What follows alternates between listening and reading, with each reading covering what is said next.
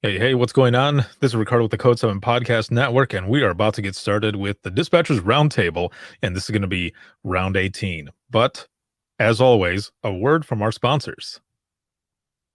At InDigital, we know that public safety professionals hold themselves to a high standard. In fact, standard doesn't do it justice. In over 25 years working alongside you, carrying millions of calls over our IP networks, your dedication has inspired us. That's why our ESI net goes beyond industry standards, not only i3 compliant, but designed to adapt to future development for a network you can count on when it matters most. Learn more at indigital.net. Rapid Deploy believes that every public safety agency, regardless of size, should have access to the data they need when it matters most. That's why, since 2016, our mission has been to reduce emergency response times and improve public safety. We are the industry's only integrated emergency response platform. Our web-based cloud platform includes analytics, mapping, dispatch, and mobile apps, purpose-built for 911 in the 21st century. Visit www.rapiddeploy.com to learn how we enable effective, efficient, data-driven emergency response. If Within the Trenches has ever taught you something, open your eyes to what it is like to be a 911 dispatcher, or has inspired you to become one, then help support us and join our Patreon. Get exclusive bonus content, one-of-a-kind swag, discounts on merchandise, ad-free early access to new episodes, and much more. To join, please visit patreon.com/WTT podcast. And if you're an industry partner, we have something for you as well. And now, for the show. This is Jordan, and you're listening to the Code 7 Podcast Network.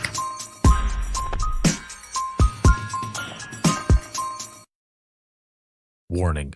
This episode contains the 3 A's of podcasting: adult content, adult language, and awesomeness. You've been warned.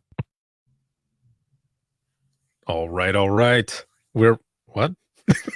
We are back, and we are about to get started here. Once again, this is the Dispatchers Roundtable. This is going to be round 18, and we are going to have some fun, but also you get a little education here as we talk about what goes into building trust between dispatch and those out in the field.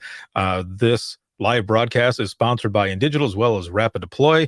A big shout out to patrons. Thank you so very much for everything. And I'm going to introduce my first guest here. And because we got something to talk about here really quick as we're getting started. So the first guest here is going to be the owner of the Dispatch Lab, and that is going to be Halcyon Frank, or Le Franc. What's going on, yo? Hello. My dog just waited until this exact moment to protect my house from any threats. So, yeah. All right. Well, good. Yeah. That's good. That's a good thing, right? I mean, yeah, except the barking. The barking is bad. Well, yes. Good thing you can always mute. It's true. Unless, of course, I'm about to ask you a question and then you're just like, I don't know what to do. I got nothing.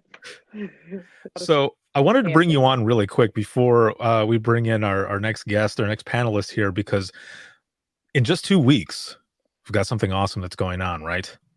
Mm-hmm. And I want to throw this up here on the screen really quick.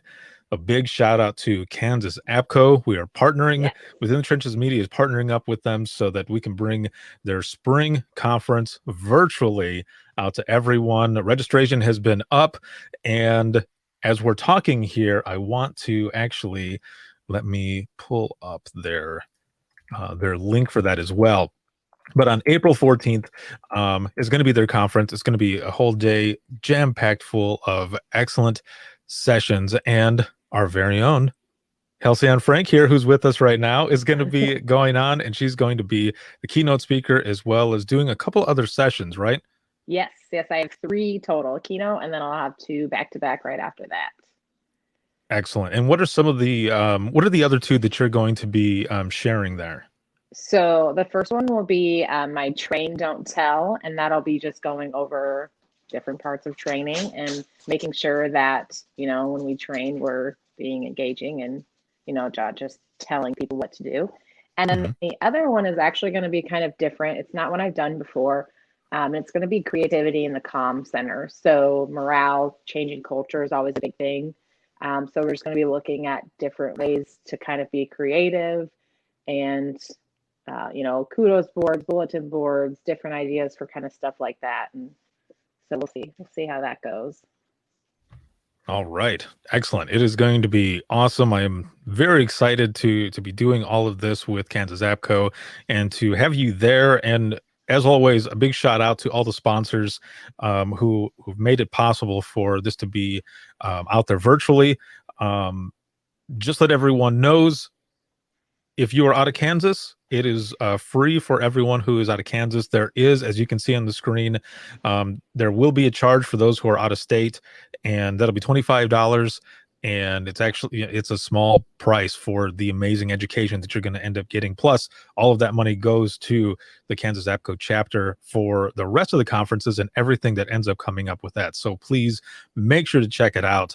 And, once you register, that is going to be available forever. It's always going to be there. It's unlimited for viewing. You can go back and watch on your own time. So the link, I'm about to put it in there right now. Bam, there it is. Link is in the comments.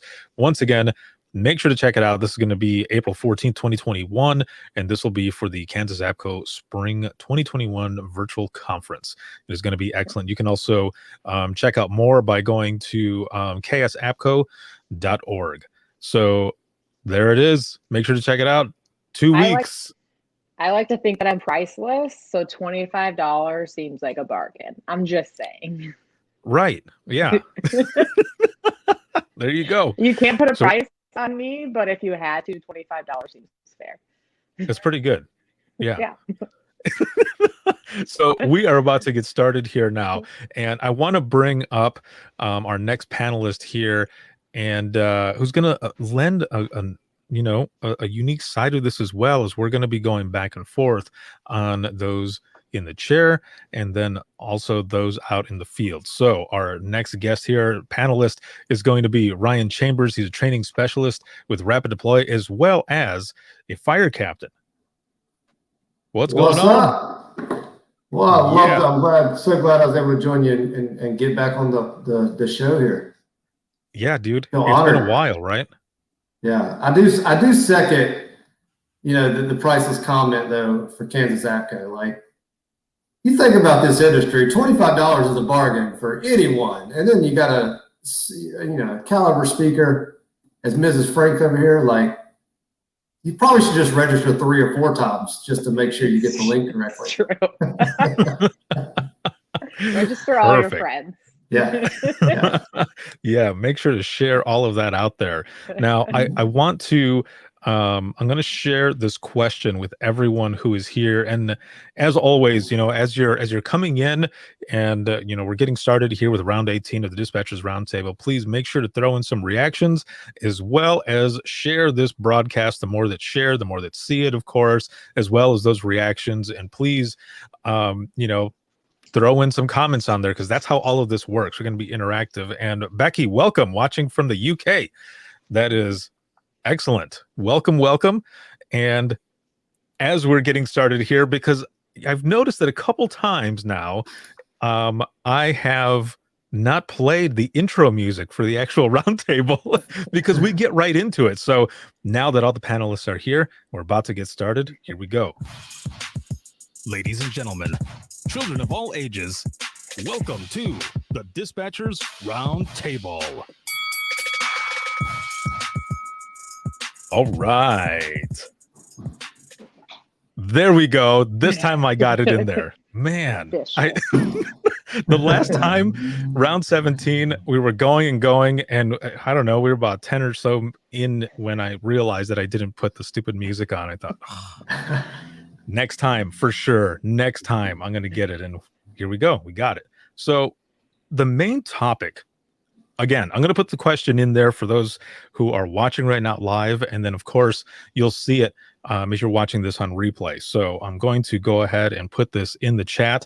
And I would like for those of you who are watching this right now, and even on replay, because I'll be able to see this.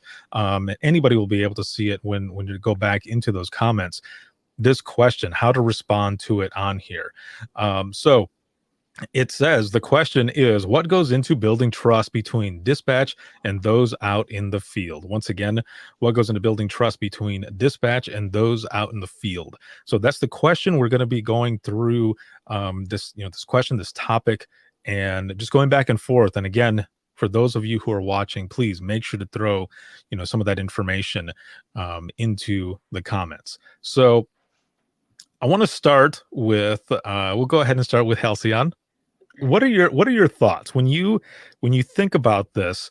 Because when I think about this, there's so many things, 13 and a half years that I was in dispatch that, kind of built up. Because like for me, getting in there and, Ryan, you can probably, attest to this as well, being out in the field, when you get in, I don't want to say you got to kind of prove yourself, but you have to kind of prove yourself in a way, right? With those out in the field so that they can, I don't know, I guess really trust you because you've got, tone of voice, everything else.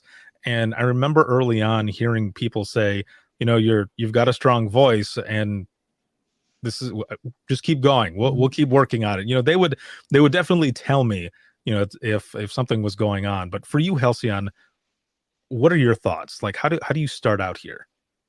Well, I think first and foremost, if your agency or, if you're consolidated dispatching multiple agencies, you're only going to be as effective as like the level of trust you have. Like if you never have trust, you may have some really great field responders and some really great dispatchers, but they're not going to be the best if you don't have that trust built up. Because there's always going to be kind of, there's going to be hurdles there if they don't trust, second guessing or not. Knowing if you can depend on people, whether you're the dispatcher and the field responder or vice versa. So I think it's a critical component, in my opinion, of dispatch in the field. Like if you don't have it, you're gonna notice. Mm-hmm. What about you, Ryan? Just right off the bat, when you see this question, what comes to mind? Effort. I think putting the effort into getting those sides. I think one of the things that I've gotten to see from working both sides and also traveling the country and working with both sides is that they don't put in enough effort to communicate with each other. It's always a one-way street. Like, well, we've extended the invitation for them to come sit with us. Like, well, did you set the expectations of what the benefits of that would be? And on the other side, the pandemic's changed this a little bit, but there's still a lot of ways that we can put the effort in to educate both sides. And that build that trust, through communication. Because I've personally sat on both sides and I hear a familiar voice. When I'm on the fire engine, I hear a voice of like, oh yes, thank goodness he or she's working today. And on the other side, if I'm in the dispatch center, there's certain fire captains that I like hearing respond back to me over others. And it's because I've put in the effort to get to know them, I've talked to them, and we've kind of established those expectations of our job duties. Yeah, I fully agree there as well, because there would be some times when especially when I was working mornings. So the entire time that I was in dispatch, I was working midnights, except for one morning stint that I did when I was promoted to supervisor. And I knew some of the people on mornings, but not all of them. One sergeant I knew really well, a good friend of mine, and so whenever he would check on, I knew things were going to be all right, because some of the other officers that might be not as easy to work with, I'll put it that way, I would know that if any of them were, just kind of giving us crap on the radio or whatever, that I could trust in the sergeant to be able to kind of keep them on track and stuff, and get them to kind of work together with us, because that's the only way this is going to work out, right? That's what we're supposed to be doing. We're supposed to be working as a team. So in the same sense, whenever he would check on, I knew things were going to be good, but also he would come up to the center and have coffee with us and shoot the shit. So that was always good as well. Yeah. Yeah. There's now some like that you just know, like, okay, they're going to handle their side of the radio, so I can handle my side. Right. And there's comfort in that, right? Yeah. A ton. Yeah. From both sides, there's a lot of comfort being able to, it comes from setting the expectations. If as a dispatcher, I want someone to hear my voice and be like, you know what, I have nothing to worry about today. I don't need to second guess anything that he's doing. And on the other side, if I'm sitting in the seat of the fire engine as a captain and they hear my voice coming into the dispatch center, I want them to feel the same way. But yeah, no, I think a lot of training, managing expectations, and putting in the effort. A lot of people like to complain about it, but don't want to do anything about it. Yes, agreed. Now, as we're talking about that, I remember on the other side as well, some of those sergeants and such would say, I would hear you on the radio, just as you guys were saying, and they said, we know things are going to be all right. But that is after some time. So let's go back to the beginning. Like, how do we get to that point? How do we get there? You're talking effort, right? We've got effort. What about, let's look at, some of the points that we had here that we were kind of talking about before we started. And so let's look at consideration, looking out for each other. And considering experience. How do we work on this, Halcyon? So I think the big thing too, and it's kind of like, when you're new, it's kind of a point where it is kind of on the field responders to consider that and acknowledge it and be patient. Just like if you get new people on the field side, that you're like patient with them, because you do have to consider, and when you're new, especially considering like that you are new, so they, have maybe adjusted to other dispatchers, so they might be a little shorter with you. It's not personal. Sometimes, just as humans, especially in high stress situations, we revert back to our training. So, and senior employees reminding new dispatchers, like, it is not you, don't take it personal. It's just because you're new. Now they're adjusting, and it's but like recognizing for ourselves that we are the new kid on the block. So we have to, it's going to take time to build that up, and being straightforward, like somebody mentioned, owning mistakes. Can't remember if we were talking about it before on here, but as a new person, just being willing to admit, like, both departments I've worked at, people come in the room and I'm just like, I'm going to let you know I'm going to screw up. So like, let's just get out of the way now. Like, it's going to happen. I apologize. Yeah. Let's see. Roxy here says, looks like it's kind of on the same sense that you were saying. She says, being humble at first and understand that one mistake doesn't define things, grow and move forward. And that was one of the things that you're right, that we were talking about in the beginning. So I put the graphic out for this round, for round 18, and added that question on there. And some people responded on them. So on Twitter, someone had responded saying, never lie to each other. If you make a mistake, own it. I've made many over my career. Each and every one, I owned it. Sometimes it is, or sometimes it was very difficult, but I did it. After 28 years, I still had the respect of the people that I worked with. So that goes right along in there with you.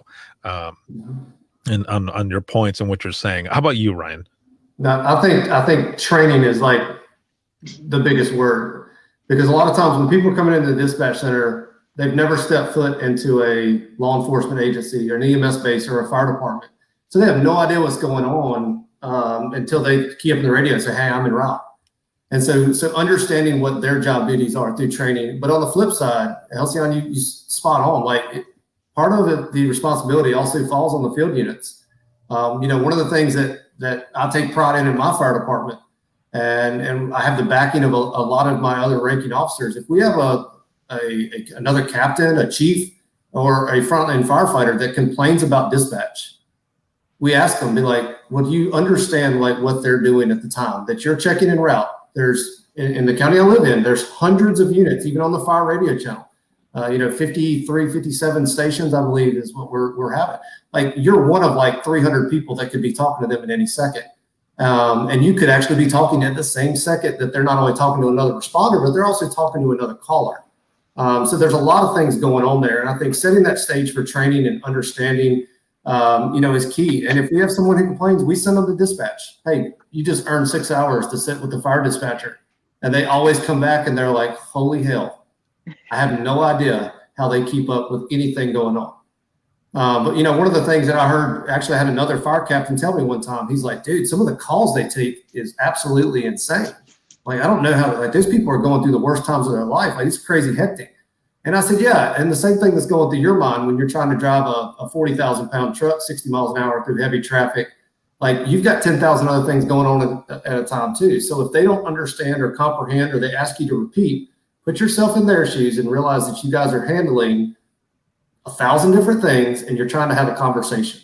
Like, if you don't say something right, if they don't hear you, vice versa, it's okay. Just take a moment, pause, and say it again. Like, I think that's one thing. A lot of people take things personally. Like, if your dispatcher asks you to repeat them, like, she wasn't ignoring you. You know, she probably was giving CPR instructions to the person that you're responding to. And I think it's that understanding through training and opening that door of communication, because it's very difficult to meet a field responder and to learn a field responder through the radio. If you do have the ability to get out in their station or welcome them in your dispatch center, even if you're off duty, I mean, if you're driving past the station, stop by, say hello. I know the pandemic does throw a curveball at that, but you know, put a little self-effort and self-education into it as well. Yeah, that is spot on as well there. And it looks like, you know, those in the comments are saying, you know, similar things here is with that. I remember a few times where we would have, you know, bad weather that was going on. One time specifically where we had a bunch of trees down, wires down, and a couple officers came to help us out. It was one deputy and one from the city, and they were up there. And I think they were only there for about an hour, and they were done. Like, they had definitely you know, gained, you know, a new outlook and respect for what we do, because they had it. They're like, is there any trees or anything down that are like close? Because, you know, this is nuts. And we're like, well, thank you for helping though. Like, now you understand. But, you know, and one thing that I challenge both sides, Ricardo, to that point, and I actually, my local director for my 911 center, I give her an applause. Melanie Neal from Guilford Metro 911 here in Greensboro. The way that she applauds and shows respect to both sides. She is in meetings with field units and the dispatchers all the time. And she's standing up for them. And at the same point, by the education that she's providing to these chiefs, they're then passing it down into their front end responders, whether it's law enforcement, EMS, or fire. We just had a pretty significant tornado come through my town about 10 days ago. And there are literally firemen keying up on the radio and be like, tree down, there's a tree down. And they're like, why are they not answering me? Well, probably because you've called in 1,000 trees within a block. Like, they really don't care. Go cut the tree up. Like, we'll document it later. But on the flip side, those dispatchers are doing everything they can to take call. The tornado went right over a very heavy populated area, and they're getting pounded with calls. And when they key up the radio, you hear the phone and the radios and everything going nuts in the background. Dispatch center's got 20, 25 people working in it. I'm like, listen to the background. Like, you can tell they're slammed. And I think that you know, back to the understanding, but upper management can do a lot from both sides. I think if a fire chief or some type of ranking officer is not reaching out to dispatch often to see how we can do mutual aid trainings. One of the things when I was teaching full time with, you know, our good friend Nathan Lee, one thing I challenge people to do is, like, stop doing mass casualty training in the dispatch center with only the dispatchers, and fire, police, and EMS, stop doing it without the dispatchers, because that's not real world. If you want to train real world, start with the 911 call, and then deal with all the crazy hectic radio traffic that's going to happen after that, and then throw in the normal traffic. You know, and when people start doing that, you see that mutual respect just start happening. And ride-alongs, I saw somebody post about ride-alongs. A lot of my great friends in law enforcement I've done ride-along with, and that was when I was a rookie dispatcher. I got out to ride with them.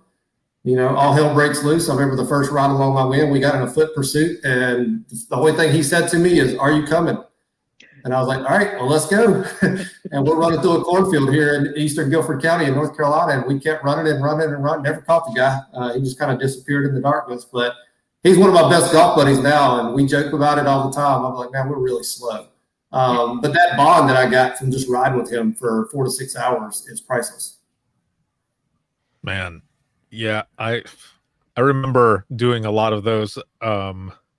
I'll tell you a story in a minute. But Halcyon, on your side of this, they're at your agency and everything, especially in your position. But it's a little harder now, as we said, because of the pandemic and stuff. Do you have, those out in the field come in and kind of see, like, you can walk them through and be like, this is what we're doing, this is what this is, and this, and just so that they can get a feel for it as well? We do. Both agencies I've been at, like, I've been really lucky in that not only are they able to, but it's been like embraced. There's never been any, rules. When I do this class, unfortunately, it really kind of hurts my heart when I hear people at their agencies who are like, nope, we're not allowed contact with them, because it just frustrates me, because I think they're missing such a big part of stuff that could help, like, improve different issues. But I do. And I remember one time I had a sergeant come in and he's like, if I had to do your job, I would be under the desk crying. And I'm like, well, that's fine, because I don't want to do your job. So even something as simple as that, it's like this mutual respect. Like, you don't want to do my job, I don't want to do your job. So we'll just keep doing our own jobs and go about our merry way, because we don't want to do it. And, there was another time I was like talking on 3 channels at once, and the officer standing behind me, and he's like, how do you do that?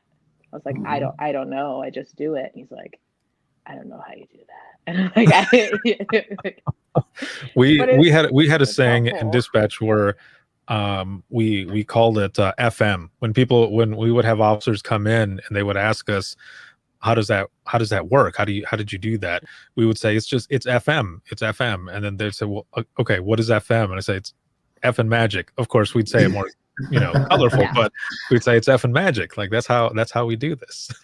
Yeah, some days that's how we do this. Literally, like, I have zero other explanation. But it is, and it's really helpful when they come in and, like, you can explain. And 2, I think, as dispatchers, don't wait for them to come in and ask you, like, oh, how does this? Just, like, take the opportunity to, like, connect. Like, I at one point we have drug recognition experts, and in the other agency I worked for, and we had just consolidated, which is kind of where, like, this topic comes from and why I really, like, am passionate about it, because there was a lot of trust building that we had to do with officers we never got to see face to face. And so it was literally me just being like, hey, my DRE in this area, this is the information he wants for a call. Can you tell me what you want? And then, he tells me, and I say, okay, well, this is our procedure. So I'll let him know, to make sure that we add this to it. And it's like, you just got to kind of create your own opportunities in a way to reach out and make that connection. And, like, one of the greatest stories of how I kind of even connected with an officer to, like, start building that trust is he stopped someone that was playing Pokemon Go when that was the thing. And he sent it to me in a message. I have never talked to him. And that just became then our running joke the whole time, was like Pokemon Go, or like, I'm going to buy you Pokemon Go cards or Pokemon cards for Christmas. And it just becomes a thing. So you kind of got to make your own opportunities and take advantage. Yeah, that is definitely true, because we would have times where and of course it would happen a lot on holidays as well, but we would once or twice a month we would just do like a potluck, and we would just have officers come in. And again, it's a little harder to do now, but before, that's what we would do. We would have them come in, we would talk, of course everything is still going on, and that was good too, because then even though it's like, we're in a fishbowl and everyone's watching us, we're kind of, we're on display, but they get to see what it is that we're doing as we're there talking with them, shooting the shit, eating, and then like that, we're back at the phone or the radio and we're just working, and then we come back like nothing ever happened. They're like, what just happened there? Like, Nothing, don't worry about it. yeah, it's like that's Ricardo, I like Jeremy's comment, what he just was talking about. Don't wait for the field responders to invite you out or to invite themselves in. Like, make sure you're the one initiating that. And let them know that the door is open, because I think that's a true state where it's, don't assume field personnel responders know the door is open. I run into firemen and EMTs all the time. They're like, oh, I didn't know we were allowed to go up there and sit. I'm like, absolutely. Like, of course, wait till the pandemic's over and you can go. But, it's, it's also, I would also pass that as a morale booster to the dispatch center. There's certain people that come in there all the time. Like, the county I live in, very large, and there's fire departments, EMS bases that are 30 or 45 minutes away from the dispatch. They can't stop by on their shift because they're that far, too far out of territory. But if you would invite them on their Con Ed training days, hey, when you come to the training center that's right down the road, swing by and say hello. We'd love to meet you. And it blows my mind anytime that I take a field personnel into the dispatch center. I'm like, yeah, we only can stay for like 5 or 10 minutes. Well, 2 hours later, I'm like, let's go, come on, because they get fascinated with it. They've never seen it. Right. It's the James Bond and NCIS tools that they get to see in real life, and they're like, oh my gosh, this stuff is crazy. And once they see it, they respect it so much more. Yeah, and I was going to say, just based on the COVID, so the first agency I was at covered a really large area. We had a lot of people who we would just never see because some of them were up to 6 hours away. So for any of you who train or want to introduce, your new people to some of your people on the road, you could be a real nerd like I was. And I actually had a binder, and it had their picture from our employee Rolodex and their name. And I would go through with new people, and I'd be like, this is, Officer so-and-so. He has 3 kids and he really likes Mike and Ike's. And, this is what he gets a lot of DUIs. And I would just go through each of them and be like, and this is Sergeant. And sometimes he gets a little cranky. It's not at you. He's just like that. But it provides an insight, especially when you can't see them. And I think even for new people, it helps make them feel like they kind of know them, or it gives them a jumping off point. If I tell them hey, they get a lot of DUIs and they get a DUI, that person maybe messages them and gives them a hard time, or makes a comment based off that information they now know. So it really is helpful too for other people that as a senior person that you can help connect them as well. I had a trainer that called those relationship spark plugs. And you wanted as many spark plugs in your pocket as possible to generate that conversation. Because the same way when I was sitting at the dispatch console, our messaging officers, as soon as the fire engine cleared the call, I'd be messaging them, say what really happened, and just building that relationship. And yeah, so I think that's awesome. That's a great idea. If you have the time and everything to put that together, it's really cool. And it's really fun when you tell them information that's maybe not well known, and then that new person is so I heard about blah blah blah, and they're like, how do you know that? And then I'm getting a message already. They're like, then I'm getting a message why did you tell them about that? And I'm just like, I would never. That's not me. They just learn quickly. They just really figured it out. All of that it goes into it, right? You're building this and building this and building this, so you get to this trust. I think one of the biggest things as well is when people were able to come through, is to put that the face and voice together, and give that human factor to it as well. So for me, I remember I think I was about 4 or 5 years into the last agency I was at, and there was an officer that I talked to all the time at one of the city PDs, and just out of nowhere, he showed up for his breathalyzer information. I wasn't expecting him to come up, and I remember seeing him walk in, and I didn't think anything of it. Well, of course, I'd never seen him before, and I'm sitting there and I'm typing and I'm printing it out, and I look up, and he's standing there kind of with his hand on his hip a little bit, which was kind of funny. And he's just staring at me, and he smiled, and I said, wait a minute, are you? And he goes, crazy, isn't it? And I said, yeah, I've been here for 4 or 5 years now, and this is the first time you and I are seeing each other. It's always just been on the radio or over the phone. It's hard to explain. It was that moment. It was a cool moment to be able to actually meet him in person, and then kind of laugh about some of the stuff that we had been involved in calls together and everything. Me, of course, in dispatch, and him out in the field. And I think that alone helped build some of that trust as well, because now, I don't know, he knew what I look like, I knew what he looked like, and we're like, all right, we're real people. It's not just a voice.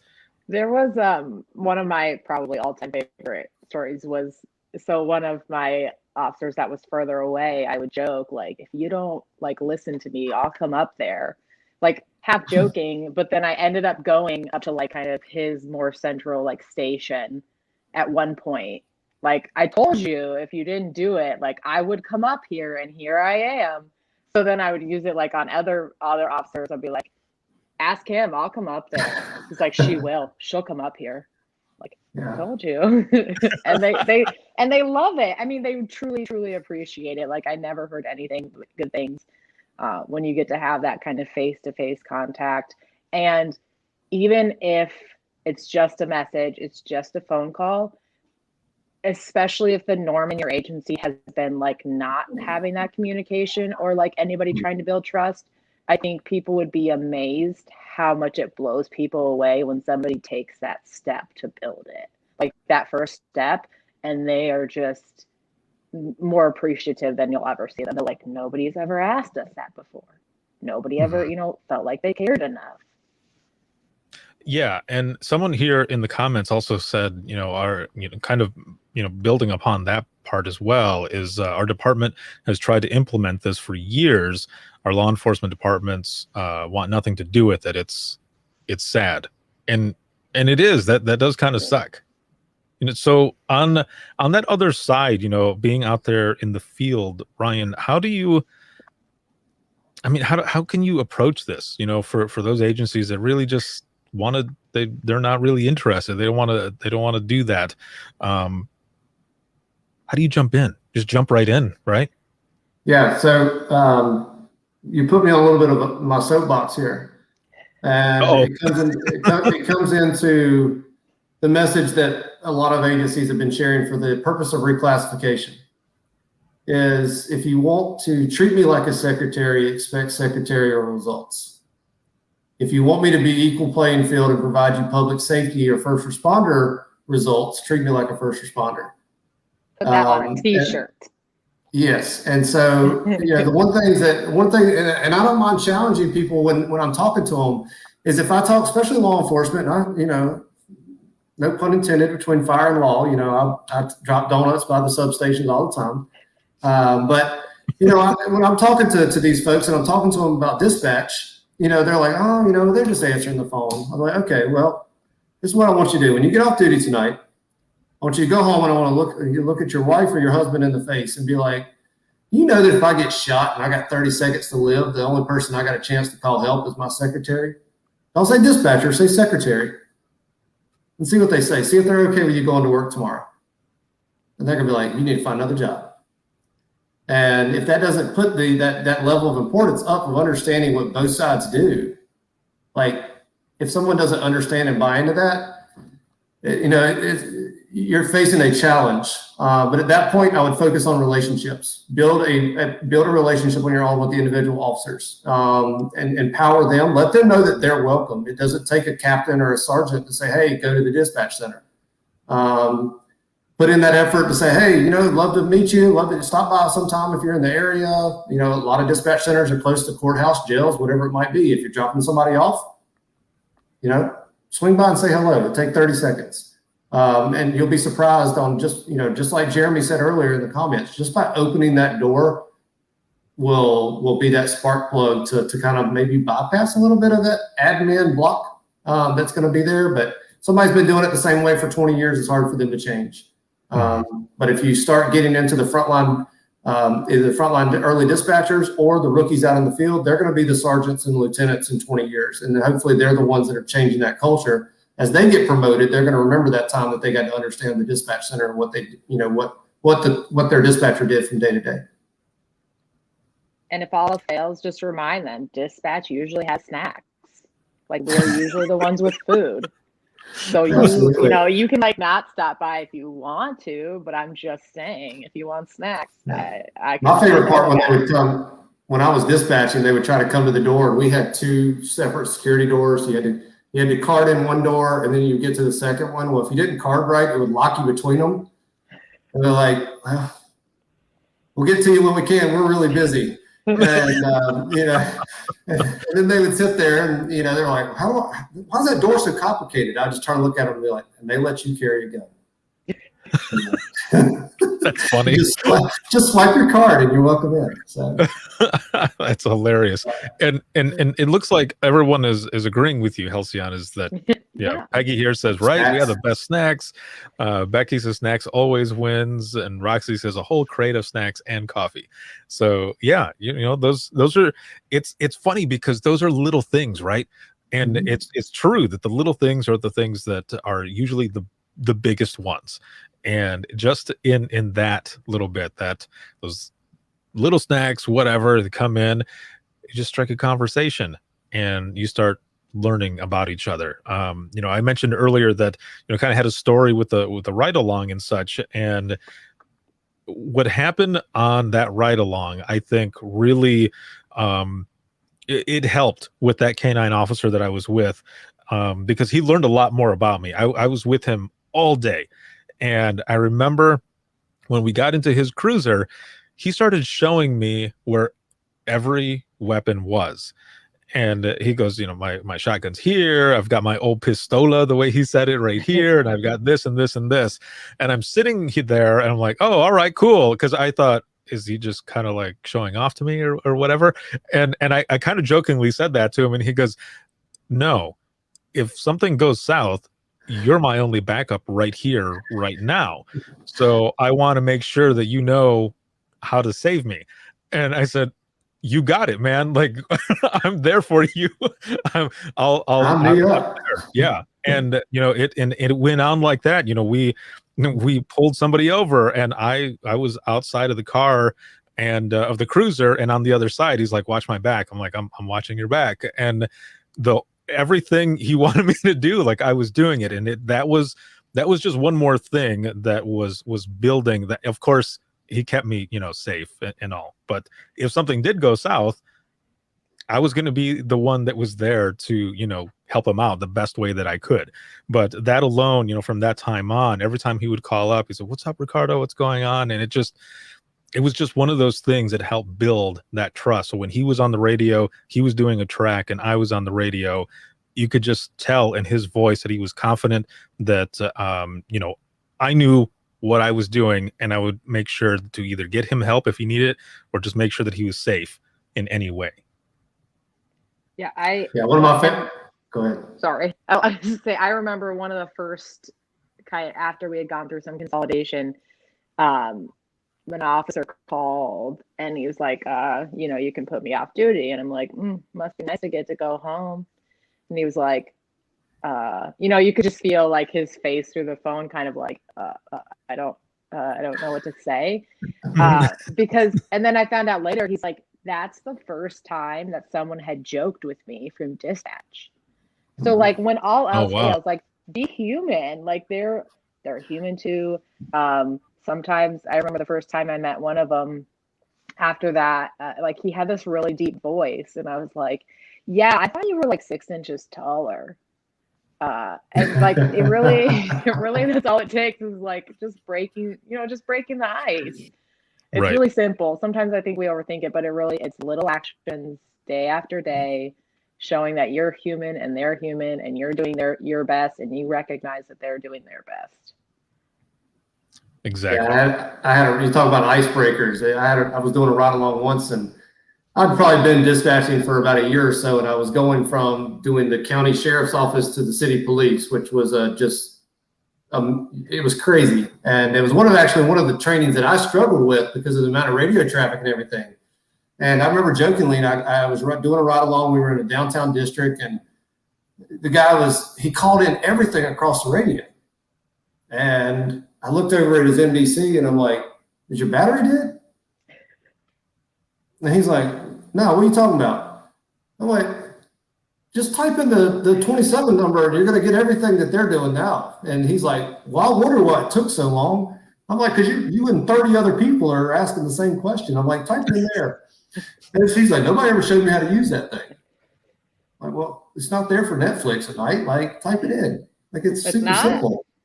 And, but if he heard me on that radio channel, he was not going to ask me to run a tag or license. He would do it himself. He'd send me a message. He'd be like, be proud of me. So Yeah, and that's literally all but, it takes to connect. Because then they're like, and then like it just opens yeah. the conversation like gates of like anything like that. We got a new CAD program, and this great training scheduling. They scheduled all these officers for like 2 hours of training on this new CAD program that they would be opening and closing, doing their own calls on their own. Plot twist: it takes more than 2 hours to train on this program. So so then I went and I did a screencast, and I walked them through everything that they had been taught to do, but obviously in 2 hours doesn't sink in, and it sent it out to them, and it was like, here you go, this is how I do it. And yeah, and then they're all like, oh, okay, I can do this on my own then. And then it frees up the dispatch to do other things. And it's really yeah, it's just really simple. I feel like I can't say that enough, because it just takes little things here and there to make those connections. And once you help them once, then they know that you're there to help them. I think that's one of the key things, Halcyon, is like, don't let the only time you talk to each other be through the radio. Like, find other means of communications to be personable. Like I've seen that in the comments a lot. Like, know the person, and don't just don't wait for them to call in. It's perfectly okay to send them a message if they know that they just chased somebody, or if they just got in a fight or something like that. Hey, are you okay? You good? Check on them, and they'll end up doing the same thing to you. You just got to open that form of communication and not just have it through that radio. Right, and it just shows even more that you care on either side. Like you were saying, it goes towards us or we do that to them. That's just showing them that we care, and of course, like I said, on the other side as well. So I want to look in the comments here really quick. So Jeremy over here says National Public Safety Telecommunicators Week is coming up in a week. What an excellent time for we as emergency communications pros to extend an invitation to our public safety partners to come in, say hi, and meet the great people that keep them safe. Yes, National Public Safety Week is about your team, but it's also about building relationships with your public safety partners. A great way to introduce your newest team members as well. Take advantage of this special time of the year.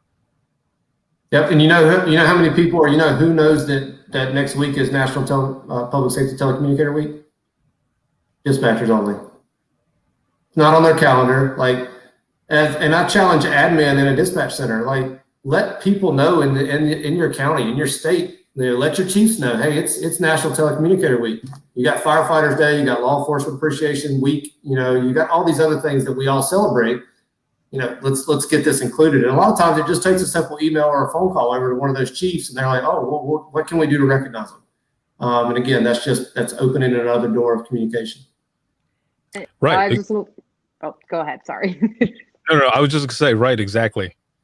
I was just looking at, some of the, going back to kind of the individual relationships, and some of those people who are like, we don't have a good relationship. When you start with one person, it definitely spreads. I don't know if anybody has noticed, but fire departments, police departments, they are kind of like, small gangs. I don't want to say that in a bad way, but they cults, I should say. Yeah. Or no, this is what I compare them to. They're like a group of girls. They don't but instead of going to the bathroom together, they go to calls together. Everybody wants to get on the exciting thing. But I say that in they talk a lot, and word gets around, whether that's bad or good words. So if you are a consistent, dependable dispatcher who is fun to work with, if you're talking to them other ways besides the radio, who gets them what they need, I guarantee you they are telling at least one other person. Or if they're riding with someone, they're telling their partner, oh yeah, I love it when this dispatcher is working. Or they're telling their new person, yes, this dispatcher is great. So even if you make one relationship and make those positive steps, it's going to flow through the department, because contagious reputation. Awesome. Yes. Yeah. Exactly. Yes. 100%. You have to hashtag that one. Yes. Yeah. Contagious reputation. Yes. Reputation. Yes. So on the same token of everything that we're talking here, one of the other audience thoughts that had come in actually was attached to one of the graphics. I think Roxy actually might have posted this one at the time, but it said, and it kind of reiterates, some of the stuff that we were saying already. But the person writes here saying, I think getting to know who your responders are as people is huge. What is their personality? What does it say? How do they like things communicated to them? What makes them angry? And in parentheses says, try not to do that. and then it says so many things, but I think caring about them as actual people instead of a number on a screen makes a difference. And then there was a response to that saying, agreed. We moved to a multi-jurisdictional ECC a few years ago. Dispatch is far away from our coverage area and our officers. It's been so long since I've seen most of them. I feel like I'm forgetting their faces, and I hate that. I feel especially disconnected from the new rookies I've never met. We try and stay connected through instant messaging, but that never works the same, and there's hardly ever enough time. That was one that had come in there as well. Yeah, that's a hard thing, which is why in the story that I had mentioned earlier, where that officer had come up, and I hadn't, there was the first time meeting after 4 or 5 years of whatever, the time that I had been there in the beginning.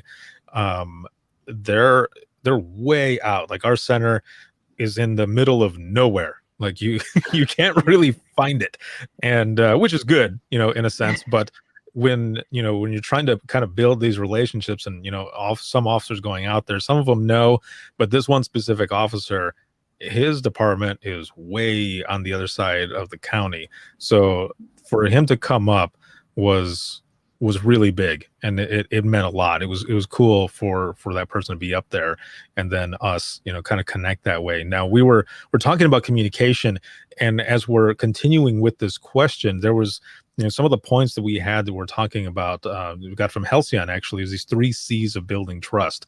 And that first one that we went over is consideration. This next one that we're kind of all talking about now is communication. And there are, different pieces here where, this first one says it's easier, to dislike someone that you don't know, which is very true, right? You don't know the person, you're like, you just kind of write them off, right? Which sucks, because what you want to do, and like we've been talking already, is to get to know each other, and that's how you start building that. But also to be straightforward but professional. And then there's one here that says keeping quiet, but frustrated helps no one. Hook us up there, Halcyon. What are your thoughts on that? So that's a big one, because I've learned over time, especially when you're disconnected and maybe you don't know what people are doing on both sides, and you just sit there and you're like, I hate this, and they never listen to me, or they never repeat when I ask for it, or I don't like so and so, and I don't understand why they don't do this and they don't do this, and or whatever. And then it just like, you just are angry, and then you go to work and you're angry, and literally if you said one thing or asked one question, it like would all be solved. I don't remember the specifics of it, but I remember thinking like, this is so obnoxious. Why does he always do this? And then I asked, and I was like, oh, okay. Like, now I get it. And it's, but we don't, like, sometimes we just want to be like angry, and like, we don't want to communicate with them. And it was just like, if you would just ask, you would save yourself a lot of frustration. Right. Which is crap too, to think sometimes, right? Because we're amazing at the jobs that we do, communications. But as a lot of people say, when we communicate with each other, it's like, like you were saying, like you didn't want to ask, but then you finally did. You're like, oh, all right. Yeah, okay. And it worked. I figured it out. or like, I mean, even like, I remember it was, they were doing it a certain way, and I was like, oh, well, if you just switch, the names around, or if you just switch the name and how you do the date of birth around, like, we can run it, and it's, 5 to 10 seconds faster. And so, because, I'm sitting there thinking like, why do they run it this way? That's so annoying. And I tell them that, and they're like, oh, okay, I didn't know that. Like, they're like, yeah, I'll run it like that, not a problem. And I just spent how much time being annoyed when I could have just told them like, hey, can you do this? Yeah, okay. We just FM. build it up in our heads, man. We just build it up in our heads. Yeah. What are your thoughts, Brian? That's an awesome idea. It's because, again, what we're what we're seeing from our side on the, if we're just got an MDC on the fire truck, is totally different from what the dispatcher sees on their console, right? And the job duties responsible for that is two totally different things. And then when you just talk about the radio, I think one of the big beneficial things that I've seen happen, and not just in the county that I live and work in, but other counties, is when it comes to radio traffic.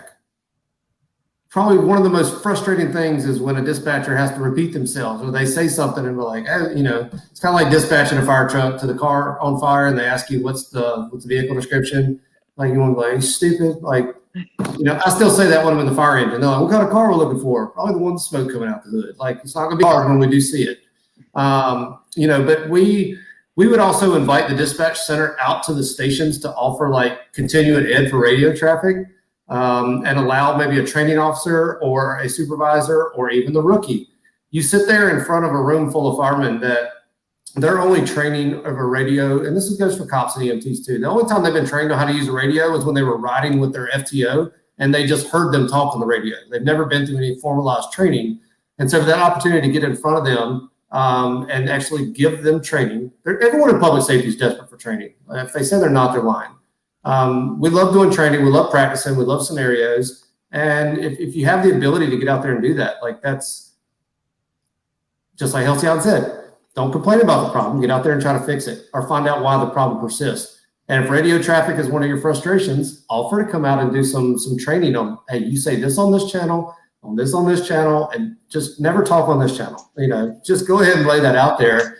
And it will work, but you're going to have to redo it. You're going to have to revisit it, every once a year or so. Yeah, we had a rookie at the time who he would just talk really like kind of quiet, and it was hard to hear him, or he didn't quite, he just didn't sound like he knew what was going on. So me as a dispatcher, I'm like, I need you to get some confidence because you're giving me anxiety that you don't, which sounds funny, but in all seriousness, because I'm like, now I'm worried about you. And he came into the dispatch center and I was like, listen, when you're mad at your girlfriend, are you just like, oh yeah, it's okay? No, you probably get a little louder and you talk a little firmer. So I'm going to need you to do that on the radio. And even something as simple as that, just giving feedback and like with humor or whatever it is also helps too, because then he got out on the road and was a little more firm as radio and a little louder. And it solved a lot of issues because instead of being like, I can't hear him or I'm concerned, we kind of nipped that issue in the bud. We don't have to worry about it anymore. Yeah, it was a problem he probably didn't even realize existed, though. Once you pointed out, he's like, "Oh, I'm going to be more conscious about that." Yeah, exactly. Sometimes they don't even know that they're doing it. Yeah, I think that's always good to have. One of those those good relationships as well with those who are in charge. Sergeant, lieutenant, whoever is the one who's running that shift for that night. Because when they had someone new who would come in, they would call us up or they would send us a message over the MCT and say, we've got this person who's new. They're all right on the radio, but we want you to tell us if there's anything that they need to improve on. And that was always cool too, because that was also, another portion of building that trust. Like that let me know that they trusted me enough to be able to tell them what they needed to do to kind of train their new person coming in and to tell them that. And, it kind of felt a little, felt good. I was like, all right, yeah, I'll tell you. Well, it goes the other way. Like because as like the trainer, because I've developed good relationships with field responders, I have ones that I can rely on. And I'm like, hey, we have this new person. What do you think of their radio traffic? And I can get feedback that way. You're right. It goes both ways. And I'm pretty sure when I first started, that's what happened as well. Like I was on radios for the first time, and I remember being nervous, and my trainer's sitting right there, and she had someone call up and actually say that right in front of me. Like, I want you to listen for Ricardo and just let us know if there's anything. And I was like, oh my God, for real? So, that made me a little nervous, but it's what I needed, that needed to happen. And they were very happy as well to be able to say whatever. And I think a couple of them even said over the radio, like, can you speak up a little more? I'm like, okay. but it helped, you know. There's, like you were saying, it goes both ways, and it's good to be able to do that, because you know you're also putting your trust into them to be able to tell you what needs to be done on our side in the center there. 100%. So let me look in here in the comments. I want to give a shout out here really quick, as we're going through this and kind of getting into the wrap up of this, as we're already going on an hour, which is crazy. That went fast. Could have all night. I know, yeah. This topic alone here, and we're going to close it out on, you know, still building this trust and everything, but kind of in a different way, in kind of a funny way, a little bit here. But Becky, she ended up putting on here, our governor in Kansas just signed a declaration for Telecommunicator Week, and we will be spreading it all over social media. Also, first responders as well out there in Kansas. And on top of that, someone who I haven't seen in a while on social media and such, bam, Mr. Adam Tim. Yeah, look at it. As well. Welcome back, brother. And he says, you know, Kansas is on a roll. So that was cool. I saw that on there. I was like, I got to go back. I got to go back to it here. Elusive. Yeah, the elusive Adam Tim. But no, that is good right there. That is excellent there for Kansas. And there he is right there. He just put a whoop. That just reminded me, I actually put his face on a stick for a training that Sarah Weston and myself did. Instead of him, he had a conflict. And I think I still have it back here, and I wish I could. But... I was gonna say, do you have it right now? That would be awesome. It's on a shelf, but I don't want to tear through everything right now to find it. But. So as we go into the wrap up of this, I wanna get a couple, you know, points from the both of you on this topic. But before we get to that part, as we've been talking this whole time, you know, different things, different aspects that go into building this trust. There was something different that I was involved in, which when it was going down, I thought I was going to get fired. I'll throw that out there right away, because I was in training. I was still in training, and I was nervous. And what happened was, one of the detectives calls up, and he says, you know, we've got a new detective who has come on, and we're at a party, and we're just kind of hanging out and everything, and he's on call, and he's really nervous. So I want you to call me in just a little while, and, you know, just say, or call him in just a little while, you know, 20 minutes or something, and say that some crazy call has happened. And I said, are you for real? And he goes, yeah. Do you think I'm joking? And I said, I do think you're joking, because I'm new here, and I don't know how these things work. And he goes, no, this is all you got to do. Okay. He's nervous. It's his first time he's on call. Just call us, or call him in about 20 minutes or so, and just say something crazy has happened. Your guys are going to be toning it out, and he needs to get going. And I said, okay. And I remember hanging up the phone, and I was so nervous. And this detective is just laughing his ass off as he's hanging up the phone. And I thought, man, are they setting me up or something? And I look over at my trainer, and I tell her what's going on, and she busts up, and she goes, you're going to do it, right? And I said, well, I don't want to get fired. I don't want to get in trouble. And she goes, you'll be one of the guys. You'll be one of them. You'll be one of us. It'll be fine. I was like, okay. So I did. And it was like the universe had come together or something, because we had something that we were toning out that turned out to be nothing after all. But it was something that we were toning out already, and I could use that as I was calling him. And I said, we've got this crazy call that's going on. We're about to tone it out right now. And you could hear him that he was really nervous. And I said, okay, man, it's going out right now. I'll call you back in a little bit. And I hang up, and I hung up the phone, and I remember I started to laugh. And about 10 minutes later, they all called up from this party, and the phone was on speakerphone. And I said, hey, how's it going? And the detective who had called me originally, he goes, you did perfectly. He goes, that was great. And everyone in the background's going, yeah, Ricardo, well done. But the one voice, the one guy who was on call, he's like, you suck, dude. But so that I tell that story because that little prank, that little bit, all of them, it was like my trainer had said, like we were now part of kind of, like this family, this brother and sisterhood in public safety.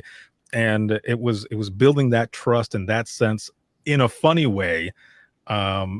Going on from there, it was just, the trust was there, and the confidence and everything in just that little prank, just that funny stuff. It was interesting how that happened, building camaraderie that way through humor. It's true. We used to have officers run our rookie dispatchers' license plates. They would call in and say they were checking out with a suspicious vehicle, and they would give them their vehicle plate, and so they'd run it, and they wouldn't know what to say. They'd lock up and be like, "Oh, my car's supposed to be outside. What's it doing on the other side of the city?" And yeah, it was always fun. And that's just one more of those things there that you're kind of getting to know each other and stuff, and having those those funny moments. Halcyon, you ever do anything like this? Anything that you can talk about? So as I'm sitting here thinking about it, I realize that most of those stories involve the same officer, so I'm sorry to him. But it's just as easy. I don't know that any of them when I first started, but we definitely, one time we had an officer who, he didn't want to respond to debris in the roadway, and he wanted county to go out and check it, but he was near it. And he was like, have you gotten more than one call on this? And I was like, 10-4, I was like, we've received multiple, would you like me to give the next phone, the next caller your personal number so that way they can contact you directly to give you a better location? And he was just like, no. And I'm like, well, I tried. I think one of my favorites might have been, we knew we had a caller call in, and the officer had helped her on motorist assist, and she was very appreciative. She's like, I just had a terrible week. And I just wanted to thank you, that officer, for helping me. It really meant a lot. And so I was like, you know what, actually, I'm going to have the sergeant call you, just because I feel like it's important, sergeants, admins, hear that stuff directly. It's one thing if I, tell that officer hey, so-and-so called, they're really thankful. So I sent an email to the sergeant. I was like, this officer went out with this caller. She would like to speak to you about the incident. Did not put any more information, nothing indicating that it was actually a compliment. And it just so happened, as the sergeant's reading the email, the officer is walking by his door. So he's like, can you come in here really quick? Because he thinks it's going to be a complaint. So he starts to ask the officer about it. The officer's just like, and then I hear them. I'm like, you guys, it was just a compliment. It's fine. It's fine. You're not losing your job. That's funny. Yeah, and just so Stacy in here says too, humor totally does. So everything that we're talking, humor, that it just brings people together, as well. It's just like, the open mic nights. But Stacy says here, humor totally does. We used to call the restaurants they were at dinner for and tell the waitresses it was their birthday, to have them sing to them. Oh, that's a good one. I've never thought about that. That's awesome. That is good. Oh, that is funny. There was one time though that it was near the end of my time at that agency, so I was a little more willing to take risks. But the officer called in and he was whispering on the radio. So I thought he was joking, so I whispered back. And then I found out he actually had a really sore throat, and I was like, that was as much as he could talk. Oh no. I thought you were going to say he was keying up from the bathroom. That was always my favorite, when they're trying to muffle the mic. Oh yeah, whispering. Yes, those are the best ones. I remember being on the radio once, and I was a supervisor, and one of the sergeants calls up and he says, "Can you do a status check on K91?" Just say K91, and I said, "Why?" And I said, "Is there something going on?" I said, "He's not checked out anywhere," and he goes, "Just do it." And I said, "All right, man." And he's kind of chuckling. I was like, "Oh no, what's going on?" And so I key up, and in Central K91 status, and you hear him go, 10-4 Central, Code Brown. And yeah, you can, yeah, just like The echo, yeah. yeah, you can hear the echo in the bathroom, and I'm just busting up laughing, and the sergeant's like, "Thanks, dude." I'm like, "You're welcome, man." Yeah. But it's, things like that, that brings, oddly enough, it brings everyone together as well. And as we go into the wrap up of this, I want to know your final thoughts. So, Halcyon, let's start with you. What are your final thoughts on what goes into building trust between dispatch and those out in the field? Someone has to decide to start doing it.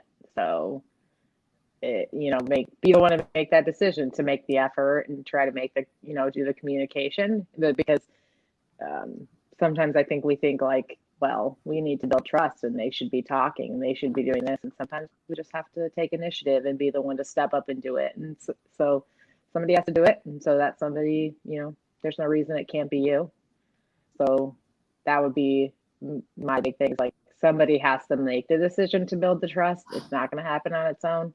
So we have to make that decision to put ourselves out there.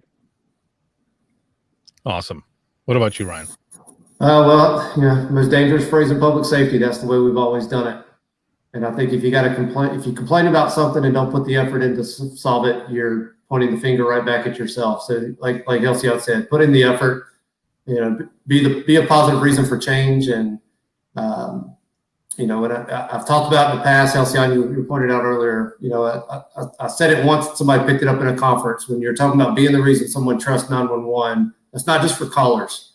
Like, give your field units a reason to not only trust you, but trust all of your other dispatchers in the room as well, and open the door for them, and they'll open it right back. And hopefully we start seeing positive change through this reclassification. And if we want to be, I'll talk as a dispatcher now, if we want to be public safety, it's time for us all to start acting like public safety, and taking that initiative and tackling the bull by the horns. Perfect. Thank you both for being on this round of the Dispatchers Roundtable. It has been amazing to have you here and to go through this main topic, and all of you who are here in the audience as well. Now, before we wrap up fully, I want to give Halcyon a chance here to throw out her information on how to find out more about the Dispatch Lab, because this topic is actually, just a teaser of an actual course that you provide through the Dispatch Lab. Can you give us a little more information on that, please? Yeah, so there's more information on the course at thedispatchlab.com under the on-site training, and it's a 4-hour course. It can definitely be extended depending on your agency, and it's a good one to bring in, depending on kind of the relationship that's there, because we don't want it to be like a bloodbath per se, but it can be a good opportunity to bring in your field responders and your dispatch, so everybody's getting the same information, everybody's hearing how to improve those relationships. So it's all on there, or if you have any questions, you can always email me at thedispatchlab@gmail.com.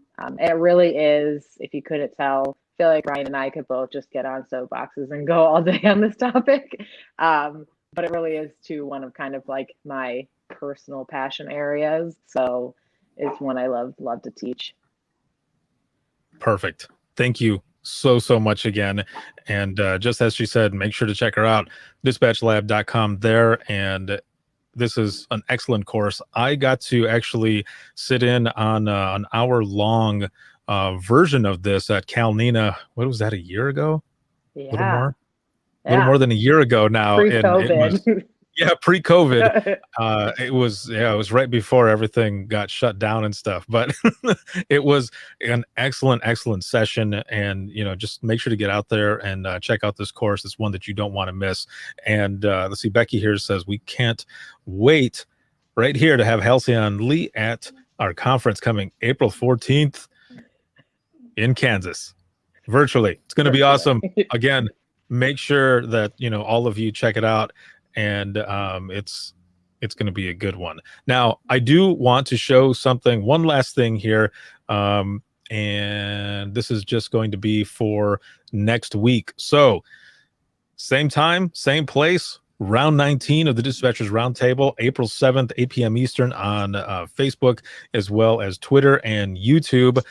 For next week, for that round, I'm going to have April Heinze, as well as Dan Henry of NENA, the National Emergency Number Association. They're going to be coming on to talk about the reclassification as well as the NG 911 bill that is out there right now. And they're also going to be giving a preview of the virtual 911 Goes to Washington. So make sure you tune in for that. That is going to be an excellent conversation there. Once again, round 19, and that's going to be next week, April 7th at 8 p.m. Eastern time. This live broadcast has been sponsored by InDigital as well as Rapid Deploy. If you have any comments, questions, or you want to be a guest on the show, you can email us, and that is going to be wttpodcast@gmail.com. This show will always be free, but if you're looking for any bonus content, you can check us out, and that's going to be patreon.com/WTTpodcast. Social media wise, you can follow us on Twitter. That is @91podcast. You can like us on Facebook. That is facebook.com/Within the Trenches Podcast. This episode can be seen on Facebook, YouTube, Twitter, as well as LinkedIn. And then if you're a patron, you will have an audio version of this coming soon for all of the rounds, as well as Open Mic Live, and then the flagship show Within the Trenches Podcast that just hit today, 1.5 million downloads worldwide. Amazing. You can check that out 24/7 on Apple Podcasts, iHeartRadio, Spotify, your favorite podcasting app, and withinthetrenches.net. Have a good one, everyone. Have an excellent night, and we'll talk to you soon. Thanks, everybody. Thanks, everybody.